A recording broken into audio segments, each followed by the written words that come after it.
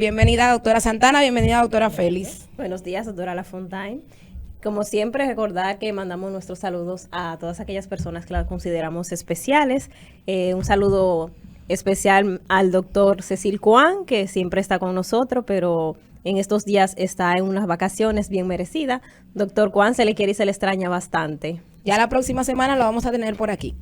El día de hoy tenemos un tema muy importante. Vamos a hablar de una enfermedad prevenible por vacuna y que algunas personas creen que ya no existe o que ya no nos está afectando. El día de hoy vamos a hablar de la difteria, ¿cierto, Santana? Sí, señora, vamos a estar orientando a nuestras madres sobre lo que es la difteria y cómo pueden prevenirla en sus niños, sobre los signos que deben tener pendiente en los niños al momento de la aparición de un síntoma, cuándo acudir a un centro de salud. Entonces, Félix, ¿qué es la difteria? La difteria no es más que una infección bacteriana grave que suele afectar las membranas mucosas de la nariz y la garganta. Es muy poco frecuente en los Estados Unidos, ya que contamos con la vacuna de lo que es la enfermedad. Así que cuando se ven algunos casos, se llama como si fuera un caso de alerta, porque no deberíamos estar pasando por esta, ya que, como había dicho usted anteriormente, es prevenible con las vacunas. Así es causada por una bacteria, como bien dice la doctora Giselle Félix. La bacteria específicamente se llama Corynebacterium diphtheriae. Infecta principalmente a la garganta y a las vías respiratorias superiores y produce una toxina que lamentablemente afecta a otros órganos. Su inicio es agudo y las principales características la doctora Santana nos la va a recordar. Teniendo en cuenta que nuestros niños van a presentar fiebre altas, van a presentar dolor de garganta, van a presentar glándulas inflamadas. Cuando tocamos nuestros niños a nivel del cuello, van a presentar las glándulas inflamadas. De característica, estos niños van a presentar una membrana de color grisáceo que se va a localizar en su garganta. Vamos a diferenciar la difteria de otras afecciones de vías aéreas altas, específicamente por la coloración de esta membrana que aparece en la garganta de nuestros niños. Podemos confundirla muchas veces con lo que es las amigdalitis bacteriana, porque son prácticamente los mismos síntomas. Debemos tener en cuenta que cada niño es distinto y no pasar por alto ningún síntoma que presenten nuestros niños. Podemos en esta época confundirlo con lo que son las infecciones de vías respiratorias altas. Podemos confundirlo con una simple gripe, tal vez porque el niño no pueda decirnos específicamente que le duele la garganta y a qué intensidad le duele. Entonces, el trabajo de las madres es estar pendiente de cada cambio que haya en su niño. Así es, esta toxina, como dice la doctora Santana, hace que la membrana de tejido muerto que se localiza en la garganta dificulte incluso la respiración y la deglución de nuestros niños. La enfermedad se transmite a través de contacto físico directo o de la inhalación de las secreciones aerosolizadas por tos o estornudos de individuos que estén afectados con la bacteria. Estos síntomas pueden ocurrir alrededor del segundo al quinto día después de contraer la infección y es posible que de las siguientes manifestaciones que dijo la doctora Santana se puedan presentar, pero hay que recordar también que en algunos casos la infección con la bacteria que causa la difteria provoca una enfermedad leve o sin signos, o sea que la persona infectada que no sabe que tiene la enfermedad se conocen como portadores de la difteria. Se los llaman portadores porque pueden transmitir la enfermedad, aunque eso así no tengan los síntomas. Tenemos que recordar que a pesar de que tenemos vacunación contra esta terrible, porque es una terrible enfermedad, o sea, se ha reducido drásticamente la mortalidad y la morbilidad de la difteria, pero en nuestro país, en nuestro hospital, hemos tenido alrededor de 3 casos específicamente, 4 casos en los últimos meses, debido a que nuestro país hermano con el que compartimos la isla no se apegan al esquema de vacunación correcto, ¿cierto, Santana? Así es. Como mencionaba anteriormente y como mi compañera bien lo recalca, cada niño es individual y con cada niño debemos tener el mayor cuidado. Unos niños pueden presentar la forma grave de la enfermedad y otro puede presentar ser un portador asintomático. ¿Qué pasa con el portador asintomático? Que va a ser una fuente de infección para los demás niños y tenemos que tener en cuenta vigilarlo. vigilar nuestros niños siempre. Cualquier cambio, cualquier fiebre. No hay fiebres inofensivas. Una fiebre en un niño es un signo de alarma, es una alerta. Pasa algo en su cuerpo con lo que debemos relacionarnos para ponerle fin. Debemos recalcar que ella es mortal en un 5 o un 10% de los casos, es decir, que acaba con la vida de nuestros pequeños y que también se puede ver en personas adultas con un esquema de vacunación no completo.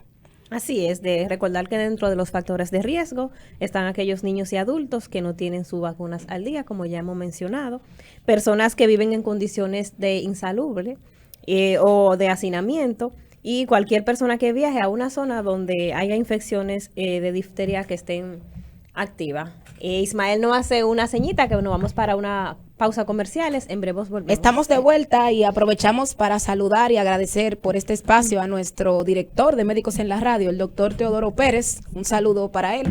Recordarle a nuestros radioyentes que pueden hacer sus preguntas a través de nuestro número de teléfono 809-524-4907 y que estamos ya en YouTube como Empresas Radiofónicas y que tenemos un premio para todo aquel que se suscriba. Está ya participando en el sorteo de $100.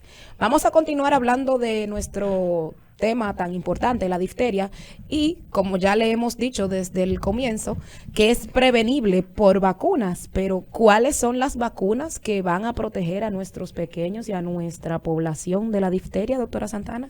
En nuestro país contamos con un amplio esquema de vacunación que protege a nuestros niños.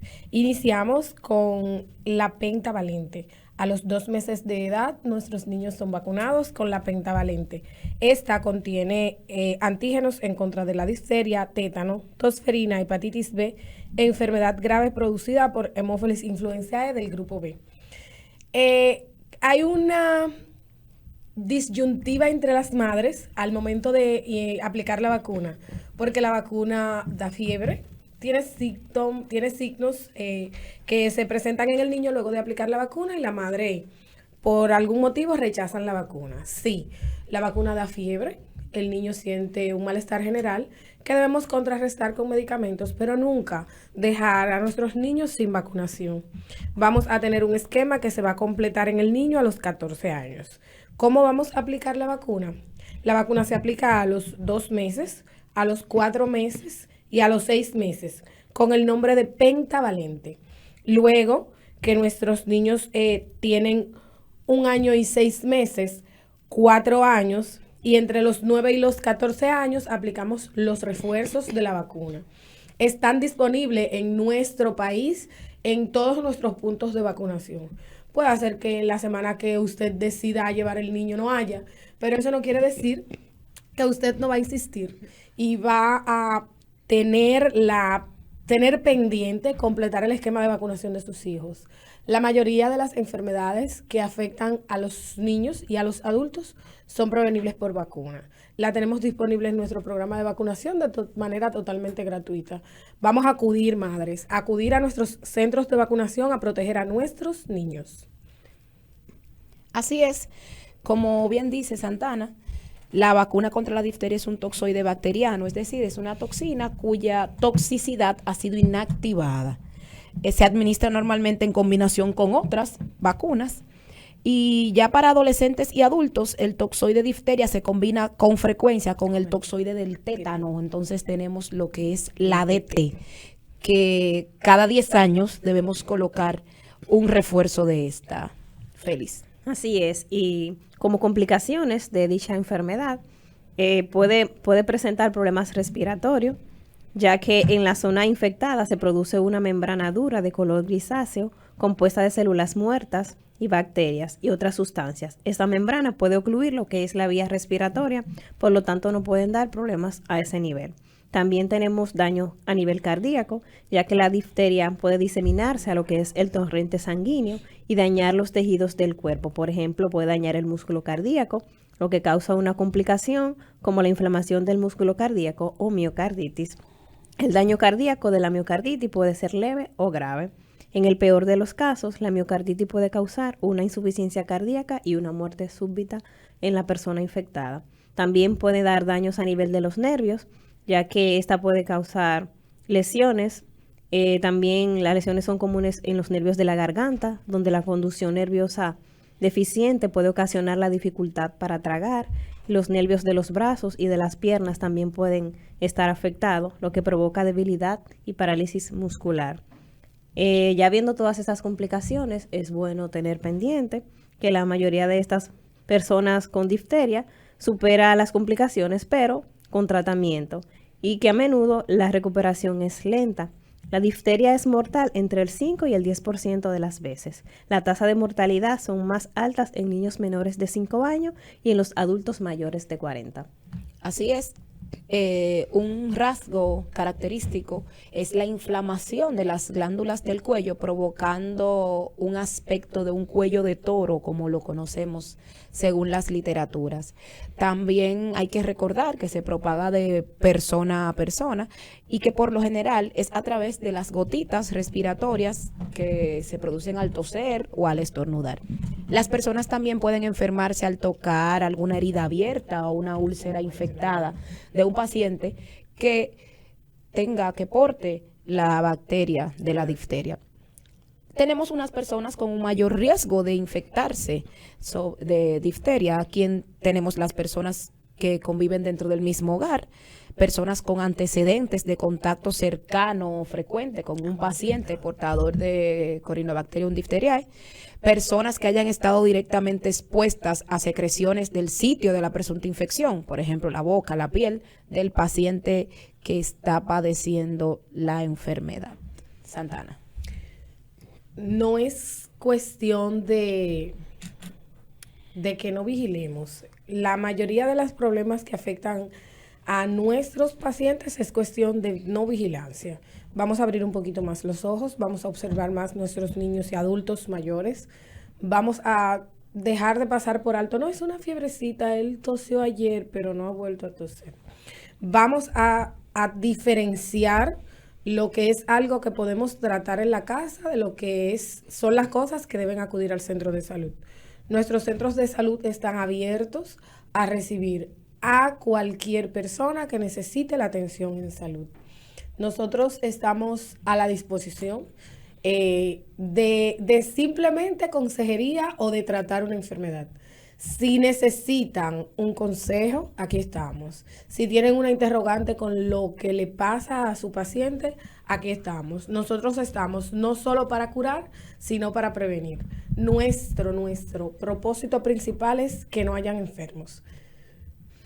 Así es, doctora Santana. Y otra cosa muy importante es que esta enfermedad tiene tanta tasa de infectar, o sea, es tan alto el índice de infectación en esta enfermedad que es de carácter obligatorio su notificación epidemiológica, y que no solamente es de carácter obligatorio notificarlo, sino que también hay que hacer un saneamiento una vez se haya identificado algún caso, o sea que se debe invadir la familia, ponerla en aislamiento, en investigación. Se deben dar medidas profilácticas para aquellas personas que se mantuvieron en contacto con dicho paciente, y también a nivel de la comunidad, nosotros como médicos familiares tenemos el deber de ir a hacer un sondeo y de ver qué otros niños estuvieron en contacto con ese niño, si estuvo en la escuela, también ir a la escuela, revisar sus esquemas de vacuna, orientar a las madres de los síntomas que pueden presentar estos pacientes, y mantenernos a la expectativa de que cualquier persona que estuvo en contacto con ese niño o esa persona adulta puede contraer la enfermedad. Entonces ahí es donde vamos con las medidas preventivas.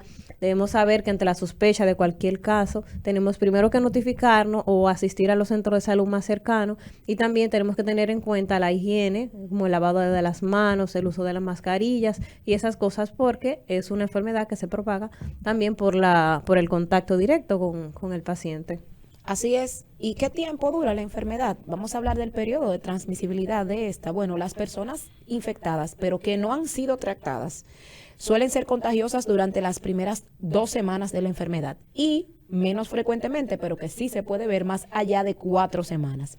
Si son tratadas con los antibióticos apropiados, el periodo de contagio puede limitarse a menos de 5 días, pero hay que tener en cuenta que el recuperarse de la difteria no siempre produce una inmunidad duradera, es decir, no tiene memoria esta enfermedad, puede volver a repetir. Y como dice la doctora Santana, nosotros, en nuestro rol de médico familiar, lo principal, nuestro objetivo es prevenir. Entonces, ¿cómo lo hacemos? La forma más efectiva de control de esta enfermedad es mantener el más alto nivel de vacunación en la comunidad. Señores, vamos a vacunar a nuestros pequeños.